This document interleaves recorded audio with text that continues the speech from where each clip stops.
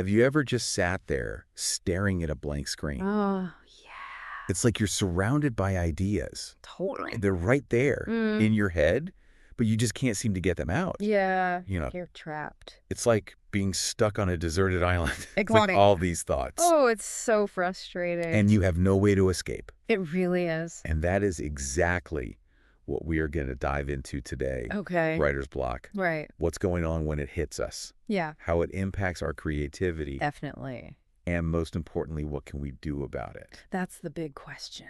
We're going to be looking at all the sources that you shared. Sounds good. And I think if anyone out there has ever felt stuck, Oh, yeah, creatively marooned, for sure. this is going to be the episode for you. We're going to get you off that island We're going to build that escape route. because it can feel like when the ideas just aren't there. Right. But some of these sources point out it can be more than that. Yeah, one of the sources that you shared said that too. Yeah, a lot of them actually talk about how it's not just that there aren't ideas.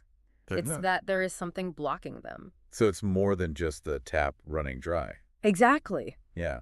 So then what is it? Well, the sources all kind of agree Okay. that it's often rooted in fear. Fear, really. Yeah, and we're not just talking about like putting your work out there Okay. and it getting rejected. Right. A lot of them talk about the fear of, even before you've written anything, Oh, wow. the fear of negative feedback. That makes sense. Even more so sometimes than actual criticism you've gotten in the past. Yeah, I can see that. And then there's the whole perfectionism thing. Ugh, Yet yeah. that fear that what you create won't live up to this ideal.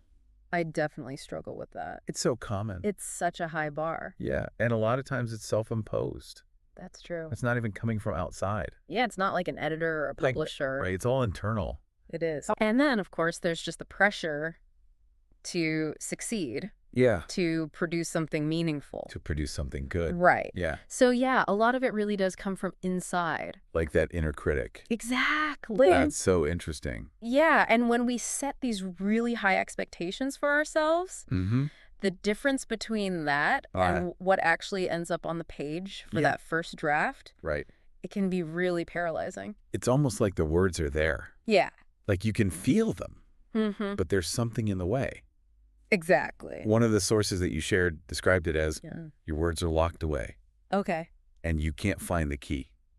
I like that. That's a really good analogy, I think. It really is. Because you can feel them. Yeah, They're right there, but you can't access them. but you just can't access them. So how do we know if we're in that situation? Yeah. What are the signs that we might be dealing with that locked door? I mean, the first one is just that you can't get started. Right. You sit down. Mm-hmm. Maybe you have an idea. You have that intention. Yeah, and you just can't do it. Yeah. You just sit there. Fingers hovering over the keyboard. Right. And even if you can get a sentence out, Yeah. it just feels wrong. It feels clunky, It's forced. like you're trying to run through mud. Mm-hmm. Yeah.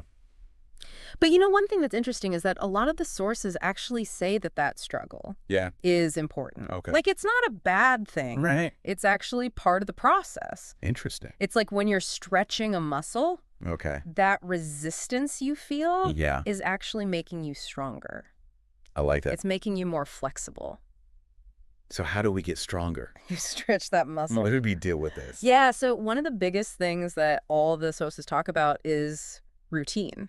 Routine. Of having a writing routine. Okay. Like making it a habit. So not just waiting for inspiration to strike. Exactly. And it's not even about like forcing yourself to write for hours every day. Right. One of the sources described it as building a staircase Oh, I like that. where each time you write, Yeah. no matter how long, You're going up a step. you're making progress. I like that a lot. It takes the pressure off of having to write something amazing every time. Right. It's not about the masterpiece every time. No, it's just about showing up. Showing up and doing the work. Yeah, and that's where the discipline comes in. Okay, so it's not about being hard on yourself. No, it's about making it a habit. Yeah. And a lot of sources talk about timing too. Oh, yeah, like when you write. Exactly, like figuring out when you're most creative. So people are morning people. Right, or maybe you're a night owl. Yeah. But paying attention to your natural rhythms can really help. So find that time and carve it out. Yeah, even if it's just for a little bit each day. Yeah, make it a priority. And it's also important to remember that, like, life feeds into your writing. So making sure you're doing things that you enjoy, Yeah. getting out there. Having experiences. Exactly. It all goes into that creative well. So it's not just about sitting at your desk all day. Right. You got to live a little. Okay, I like that. And, speaking of feeding the creative well, Yeah. another thing that comes up a lot is inspiration. Inspiration. How do we find that? Well, it's the flame. Okay. You have to keep giving it fuel. So what's the fuel? Sometimes the fuel is actually taking a break. Really? Yeah, letting your mind wander. That feels counterintuitive. I know, but think about it. Okay. How many times have you been stuck on a problem Yeah. and then you do something completely different? Like go for a walk or something. Exactly. And then suddenly the answer comes to you. Yeah, that happens to me all the time. Right. So a lot of these sources recommend things like that. Oh? Going for a walk, Mm-hmm. changing your environment. Like going to a cafe. Yeah. Or just letting yourself daydream. Just letting your mind wander. And another thing is free writing. Free writing. Okay. Have you ever tried that? I have. What do you think? It's interesting. One of the sources called it a workout for your creativity. Oh, I like that. So it's like you're just getting those writing muscles moving. You don't worry about grammar or structure. You just let it flow. Exactly. Just get the words out. So no editing. Nope. No censoring. Just write. Just write. And sometimes what comes out can surprise you. Yeah. You might uncover ideas that you didn't even know you had. It's like dredging up those hidden treasures. Exactly. I like that. And then another thing that can help is actually changing your physical environment. Oh, interesting. Yeah, like if you always write in the same place, Mm-hmm. maybe try going somewhere else. Like going to a park Yeah, or a or library. even a coffee shop. Exactly, because our surroundings can really affect us. They can for sure. And, the world is full of these little creative cues. Creative cues. What do you mean? Could be anything. Okay. Like the way the light hits the leaves on a tree or the sound of footsteps on the sidewalk. Okay. These little things can spark ideas. That's so interesting. It's all about looking at the world with fresh eyes. Yeah.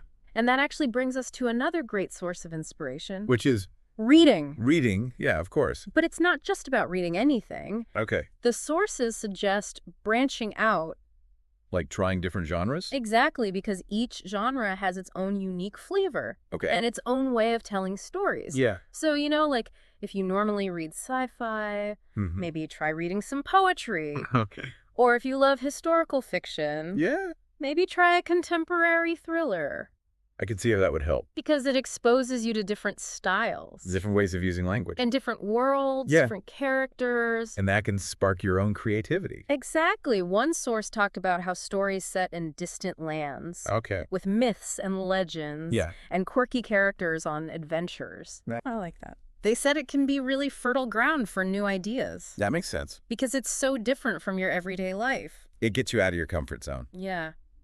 So whether you're reading ancient epics or modern mysteries, Right. there's always something to learn. And something to be inspired by. Exactly. So what if we've tried all that Yeah. and we're still stuck?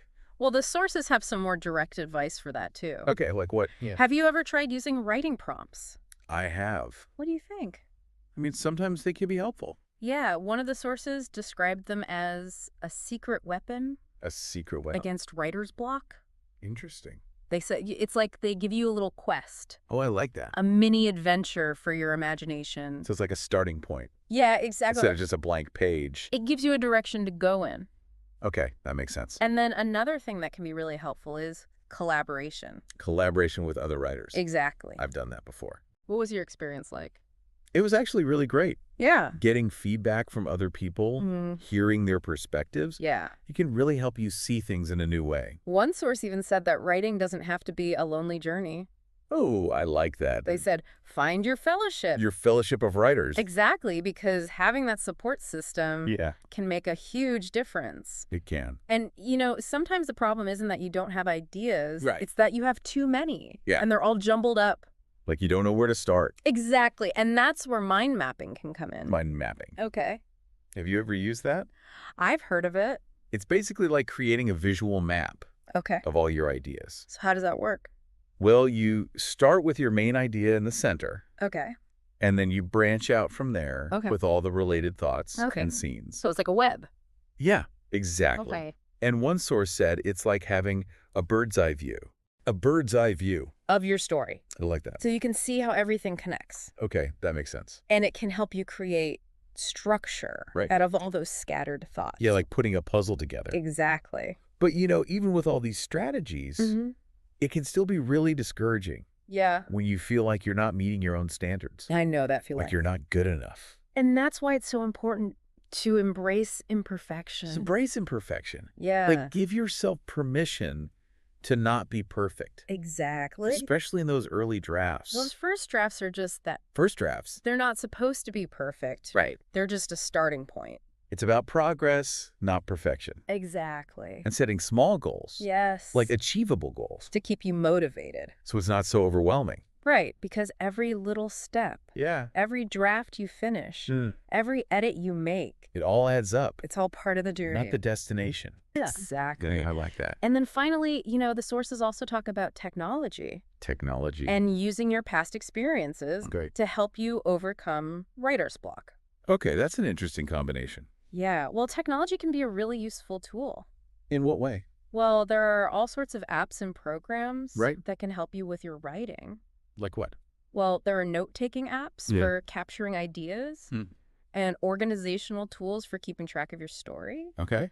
and even software that can help you with grammar and style. So it's about finding the tools that work for you. Exactly. And what about past experiences? Well, think about the times you've had writer's block before, Yeah. what triggered it, Okay. and what helped you get through it, Right. because those experiences can teach you a lot. Like what to do and what not to do. Exactly. It's all about turning those roadblocks into pathways. So it's a learning process. It is. Okay, I like that. So yeah, to sum it all up, Yeah. writer's block is a common problem, Yeah. but it's not insurmountable. That's good to know. And even though it often comes from fear and internal pressure, there are things we can do to overcome it. Like building those good habits. Right. Seeking out inspiration. Yeah. Trying new things. And embracing imperfection. And using technology to our advantage. Exactly. And remember that creativity is like water. Water. It's always flowing Yeah. and changing. Adapting. Exactly. So staying open to new ideas and new experiences is key. And don't forget about your fellow writers. Yes. Find your community. Your support system. Because they can help you through those tough times. Absolutely. And at the end of the day, remember, Yeah.